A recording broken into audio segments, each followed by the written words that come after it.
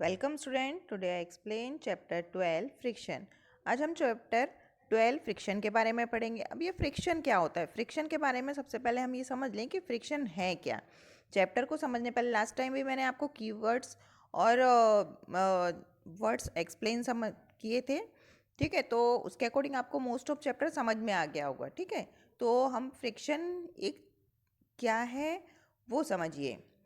एक तरीके का फोर्स है। फ्रिक्शन क्या है? एक तरीके का फोर्स है जो किसी भी ऑब्जेक्ट को, किसी भी चीज़ को रोकने में हेल्प करता है, ठीक है।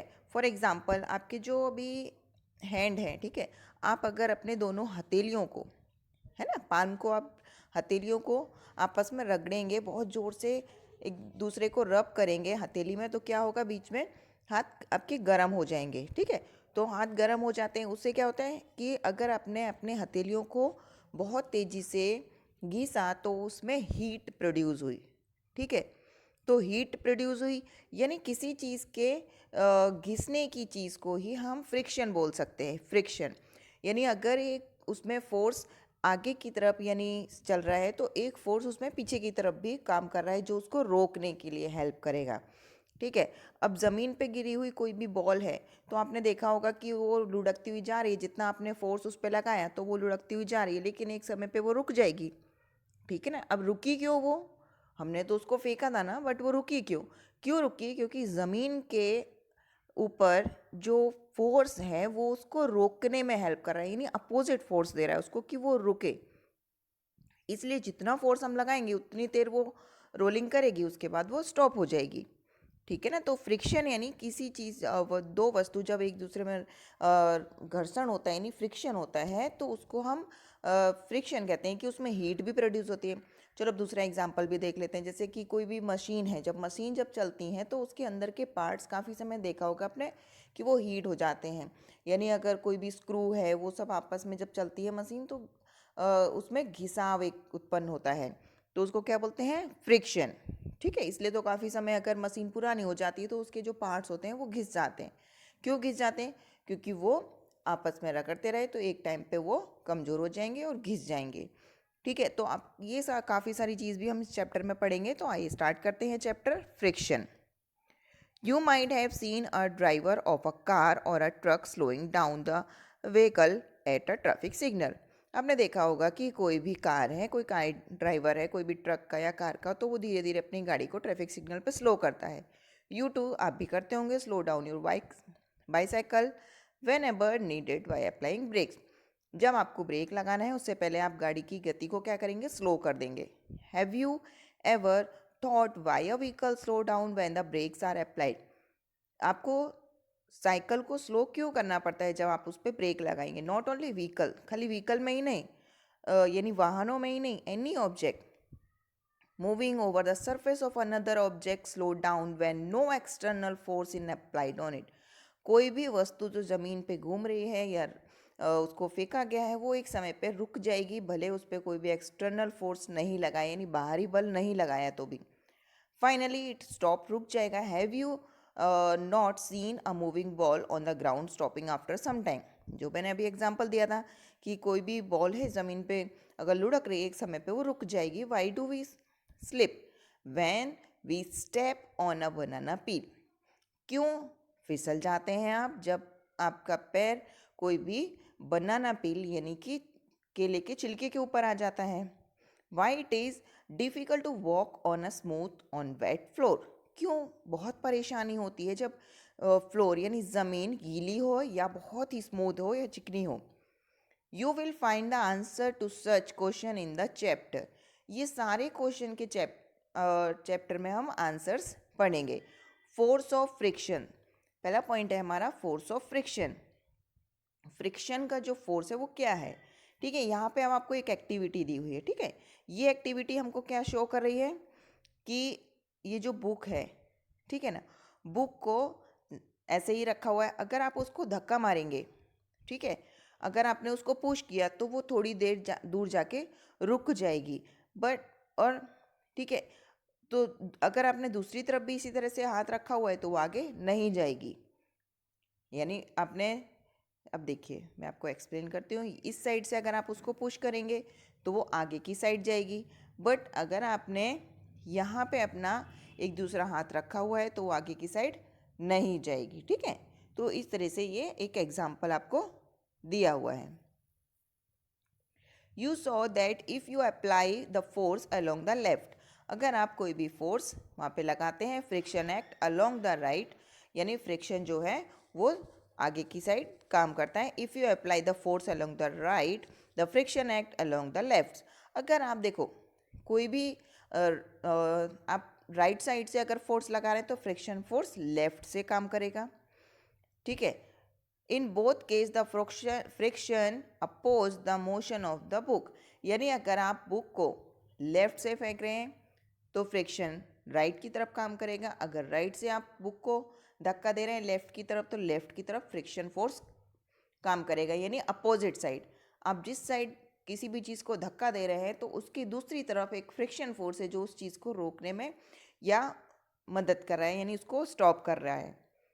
The force of friction always oppose the applied force, ये एक पॉइंट है, यानी फ्रिक्शन फोर्स की ये एक विशेषता है कि the force of friction always oppose the applied force.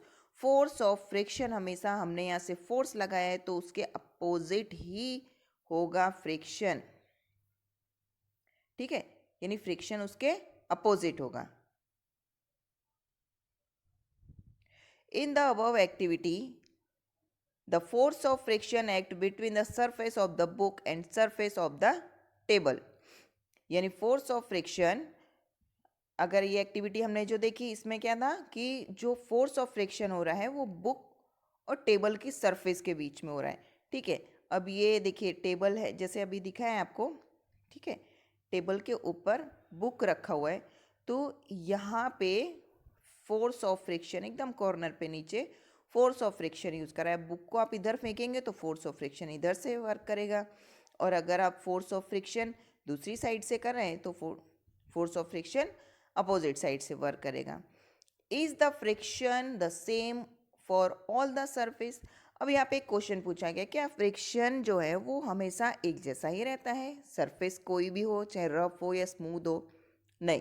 Does it depend on the smoothness of the surface, ये सरफेस की स्मूथनेस यानी उसकी जो स्मूथनेस है वो कितना चिकना है, सर्फ रफ है, उस पर फोर्स ऑफ फ्रिक्शन डिपेंड करता है।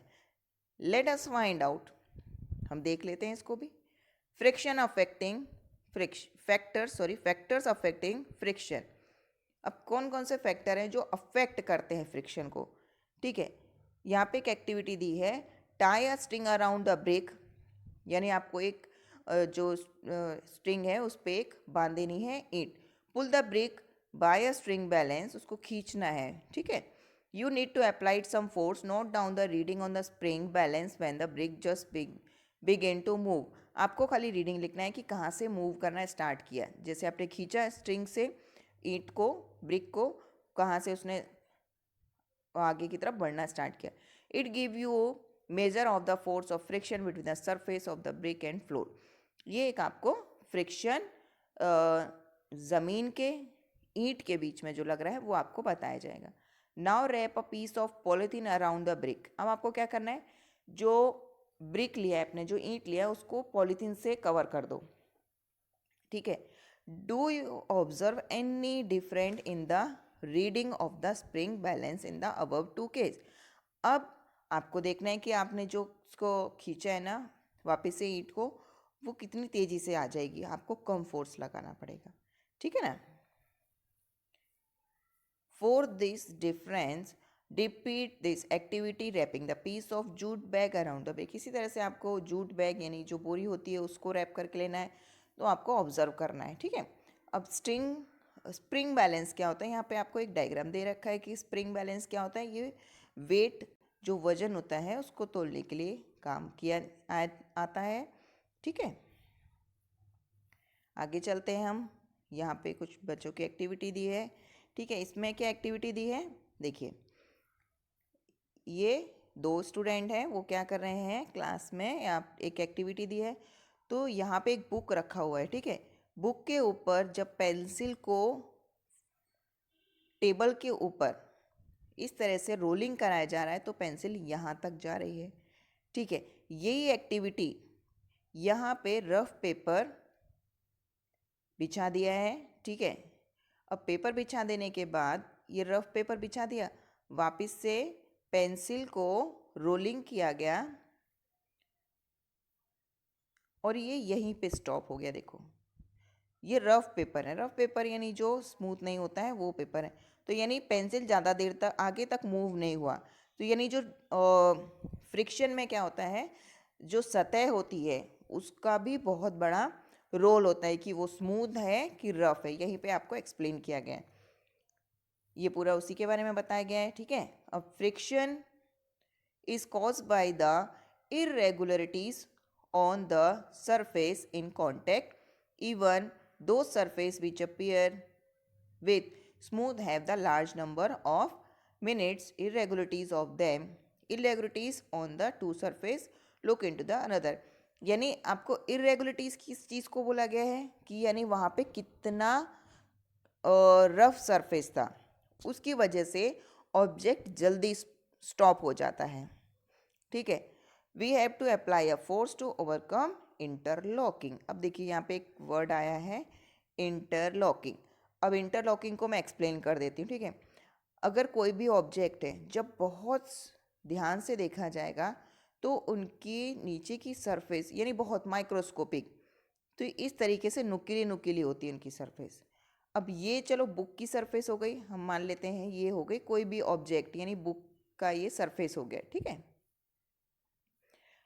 अब नीचे इस तरीके से कोई भी ऑब्जेक्ट यानी ये टेबल है, टेबल की ये सरफेस हो गया। ठीक है, तो ये चीज़ अंदर लॉक हो जाएगी, यानी कोई भी रफ चीज़ के अंदर जब दूसरी चीज़ लॉक हो जाती है तो इसको बोलते हैं इंटरलॉकिंग, है ना। ये चीज़ कोई भी है उसके अंदर इंटरलॉक हो जाएगा तो उसको बोलेंगे इंटरलॉकिंग, यानी टेबल का इस तरह से लॉक हो जाना बुक की सरफेस के अंदर, ये हो गया लॉक, तो इसको बोलेंगे interlocking. When we attempt to move any surface, we have to apply a force to overcome interlocking. On rough surface, there are a larger number of irregularities, क्योंकि जो रफ सरफेस होगी वहाँ पे ज़्यादा रफ होगा, खरबचड़ा यानी बहुत बेकार रफ सरफेस होगी तो वहाँ पे इरेगुलरिटीज़ ज़्यादा होंगी, तो वहाँ पे जो वस्तु है या कोई भी ऑब्जेक्ट है वो जल्दी स्टॉप हो जाएगा। आपके टेक्स्ट बुक में भी यहाँ पे डायग्राम दे रखा है, देखिए ये है एक तरीके का माइक्रोस्कोपिक सरफेस बुक का और टेबल का। ठीक है, we see that the friction is caused by the interlocking of irregularities in the two surface. It is obvious that the force of friction will increase if the two surface are pressed harder. ठीक है, यानी अगर कोई भी surface हैं, अगर हमें उनकी फ्रिक्शन बढ़ानी है तो हम क्या करेंगे, उनकी सरफेस को स्मूथ कर देंगे। You can experience it the dragging of mat when the nobody is sitting on it. अगर आप कोई भी मैट को या चटाई को जब खींचोगे आसानी से खींच लोगे, जब उसके ऊपर कोई बैठा नहीं होगा, अगर कोई बैठा होगा तो आप बहुत फोर्स लगा के उसको खींचना पड़ेगा। Recall your experience when last time you move a heavy box from one place to another. आपने याद करो कभी इतना वजन वाला कोई भी बॉक्स अगर एक जगह से दूसरी जगह हटाया हो। If you have no much experience, अगर नहीं है, गेट एक्सपीरियंस नाउ, अभी आप एक्सपीरियंस करके देख सकते हैं। What is easier to move the box from the rest or to move when it